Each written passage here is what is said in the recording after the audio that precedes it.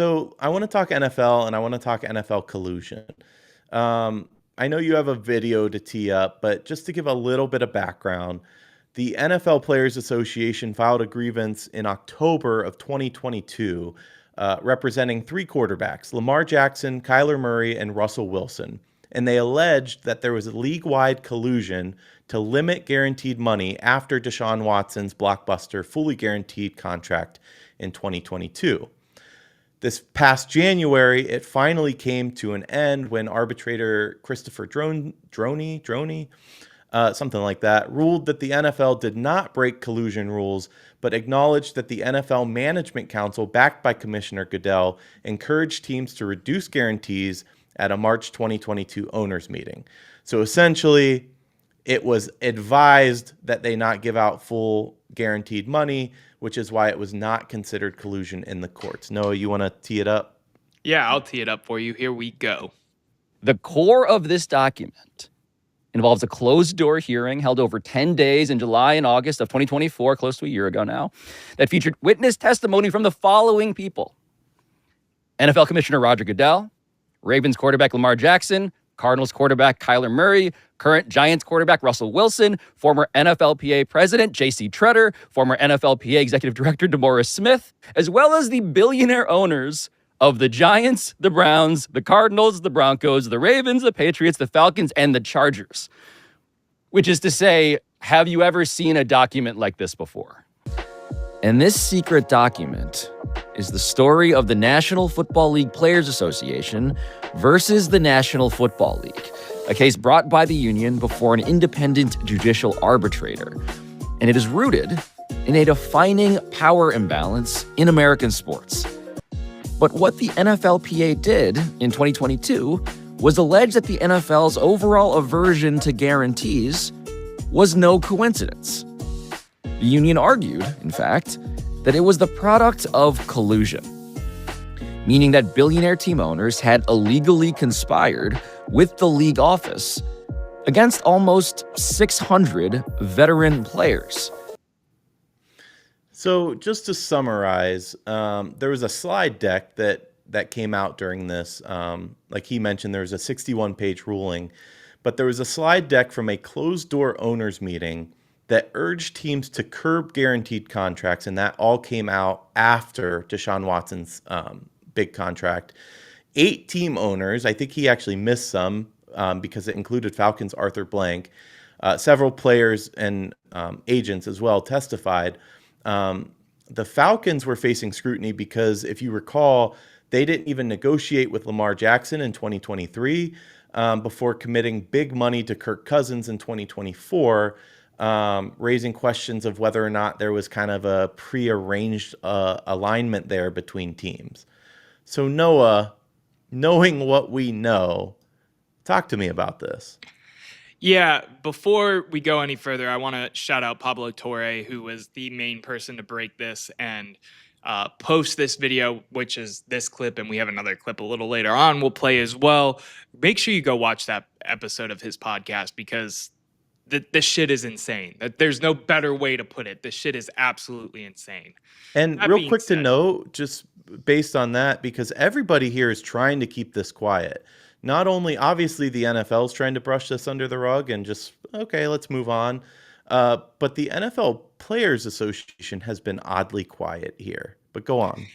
Yeah, and we'll get into the Players Association side of this in a little bit, because I want to focus on the NFL first, if you're cool with that.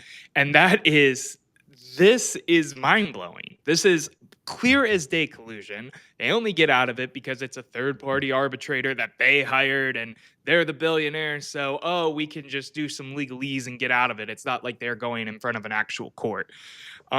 This is insane to me. It is the closest to me ever making myself think that the NFL or any sports league could be rigged, because they're all talking behind the scenes. They have league meetings quarterly between all the owners, Goodell, top personnel, blah, blah, blah, blah. What else are they talking about? If they're talking about making sure we don't guarantee contracts with this weird NFL advisory council that we've never heard of until this case, what does that mean that they've been talking about since the 70s, 80s? 90s. So, question, Yeah. is Jimmy Haslam almost like the Pentagon Papers guy? Is he like the hero we didn't know we needed here? Because this all only kicked off because of the stupid Deshaun Watson contract. But now we have a little more insight, like you're saying, into how the league actually operates. Yes and no. I think Haslam was the one who, yeah, I guess, yeah, if you compare it to the Pentagon Papers guy, he accidentally does it. And now here we are and we know what's going on. Um, that being said, he also came out and apologized low key about the contract when he said it was a big swing and a miss and a mistake, and there was too many guarantees. Like he said all of this publicly, which is probably some of his billionaire NFL owner friends also being like, make sure you nip this thing in the butt when it doesn't work out. It didn't work out. Something else I find interesting with this whole thing is the NFL, in hindsight, gave Deshaun Watson more of a suspension than what their third party arbitrator said should. At first, it was supposed to be 6 games like Ben Roethlisberger got. Hmm. Um, and they ended up giving him more. Now, at the time, it looked like it was a better PR move because they were suspending him for longer because it was all of his egregious claims. To me now, I'm thinking, did they suspend him longer and punish the Browns because they gave him guaranteed money? This is another thing that I'm thinking about now. Does that tamper with Deshaun Watson's ability to play and be a franchise quarterback, whether we wanted him to be the franchise quarterback here or not? I don't know, because he was rusty. He wasn't allowed to be at the building like Ben Roethlisberger was for his 6th game. It was longer. These are all things that start twirling in my mind when you hear about some crazy shit like this. It's absolutely insane to me. And the Browns' fingerprints are all over this, which is even more absurd. Yeah, listen. No, I don't think Deshaun Watson would have been better had he had less game suspension, whatever. I think his problem's between the ears because physically he's still capable of playing. We've seen it. We've seen him escape the pocket well. Um, he gets happy feet and he's afraid he's going to get his clock wrong. But did they give him a longer suspension because of this? Maybe. I Yeah. I'm not a conspiracy guy at all, and I've never been one. Anytime somebody says the league's rigged or, that game was fixed, I call bullshit. Unless the I'm the mob was same paying way. off refs, back in the day, it doesn't happen. And to understand what it takes to play professional sports and win a game, to throw it, it doesn't add up to me. But are they colluding to protect their finances? Yeah, clearly, absolutely. The fact that Deshaun Watson's contract so freaked them out that they felt the need to cap it for others is a little insane. Yeah. Um, and Especially, I think what's crazy is, listen, the NFL Owners Club is this billionaires club of mavericks, basically. When you're a billionaire, you do what you want. People don't tell you no. You have yes men all around you because you're a billionaire. I mean, that's just how it works, right? So it's a little surprising in the sense that some of these other billionaires, you would think what Jimmy went out and did is he said, you know what? I don't give a shit about the status quo. I want this guy.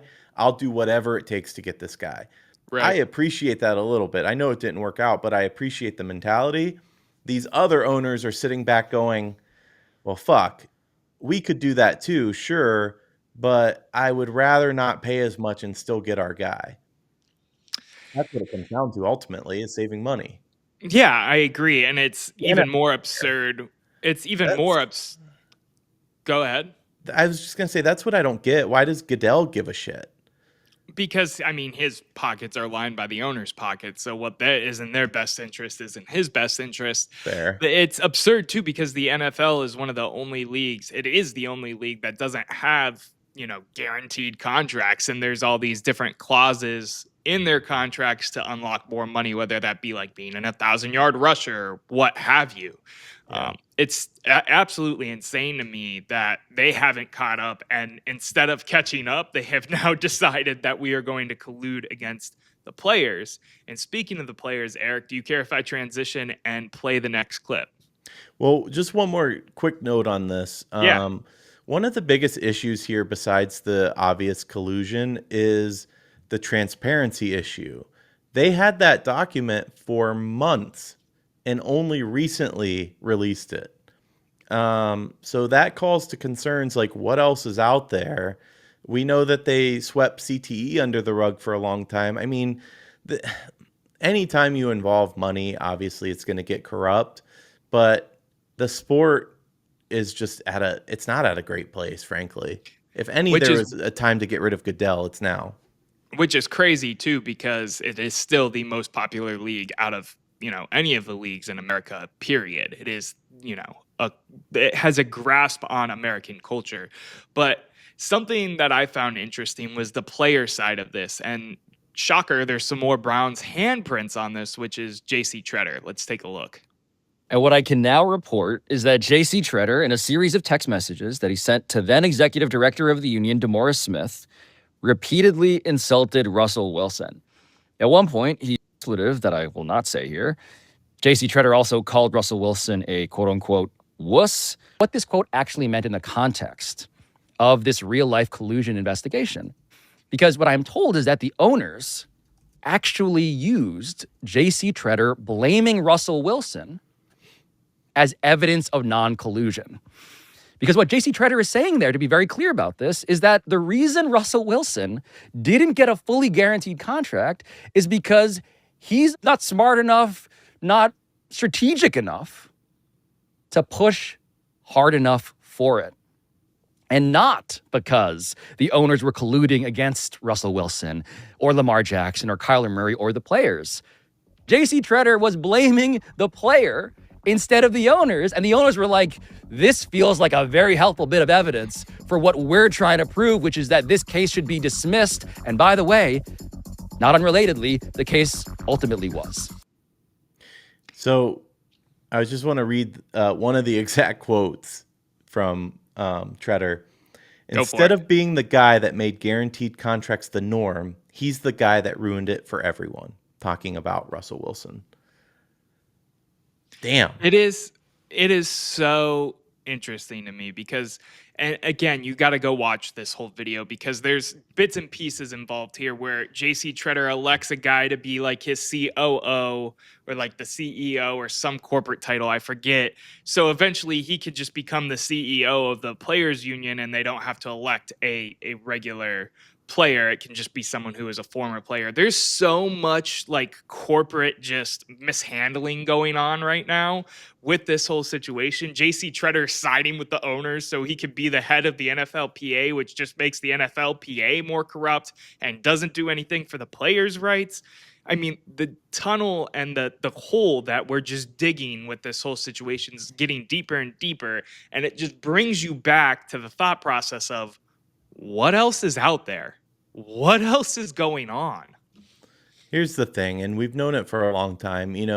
Forgive me for the history lesson for a second, but back in the day, there was something called the Stanford Prison Experiment. And most people probably have heard of it in this country, but essentially Stanford, the university, took a group of students, and they made half of them inmates of a prison and half of them the guards.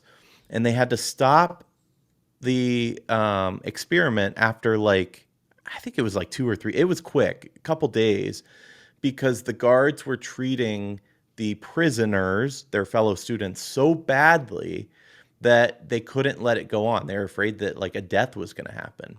My point is that power corrupts absolutely. And I think we see it here with the Players Association. You have a guy, the whole point of the Players Association is to look out for your fellow players, your union members, if you will. And you have a guy at the head of it completely throwing them under the bus. It stinks. There's not a better word for it. JC Tretter, his reputation deservedly took a hit after those comments were released. And a little bit of it, you seem like Like, you're just stooping for these billionaires. You're not one of them, bro. Like, Yeah. it's like she's not going to let you fuck. Like, stop with the bullshit and actually protect the people that you're in charge of protecting. That was insane to me. Yeah, the whole thing is insane to me that there's a player involved, well, former player who was also cut by his team, might I add, as soon as he was reelected as the NFLPA president. So this really matters to him aside from his career because he's going full blown corporate for it. Uh, the one thing I did think when I heard the Russell Wilson is a wuss comment and you don't want that guy being the guy for the players or whatever is I'm glad that guy didn't end up signing with the Browns, because if that's what the rest of the league thinks about him at this point, then it is not worth letting Russ cook, no matter how much better or how much worse he's going to perform. I feel That was bad my for Russ. He's just been trashed like constantly, and I'm not saying it's not completely deserved, but maybe my man should find that high school girlfriend and go back to her, because ever since Sierra and those 2 Super Bowls, it has just gone downhill for the guy ever since. Yeah, you're not wrong. It's this whole situation to me is wrapped up in one word: crazy. And I don't mean to be easy or use a lame word like crazy, but the fact that this news is out there, it Mhm. is not the main talking point still on ESPN, despite big names being a part of the names or a part of the overall arching story that broke it, is crazy. It tells you everything you need to know and then some. And I'm still, and I will continue to be so curious what else is out there about this league that millions and millions of Americans pour there every Thursday, Sunday, Monday, Saturday, Christmas, Thanksgiving, name the holiday in the fall/winter, and they're probably surrounding it at this point. That's how much the NFL has a chokehold on our country. No, it's true. And you know what? Even with all of these revelations, I'm going to continue to watch. All I can say is, please, Daddy Goodell, can you script a Brown Super Bowl for us? Like, all these scripts that are going on, can you just give us like 3 in a row? Make us the new Patriots. Um, There was a theory I saw real quick I just want to touch on before you move on. And it's from G. Bush, member of Ultimate Cleveland Sports Show, member of Ultimate Browns, used to be on 92.3, used to be everywhere and anywhere. He's probably done some sort of Cleveland media. He thinks that the Shador slide was the "you're welcome" or "thank you, Jimmy, for causing this and helping us end it. You can have your franchise quarterback with no guaranteed money now." I digress. that's funny. I haven't heard that. Um, but that's funny.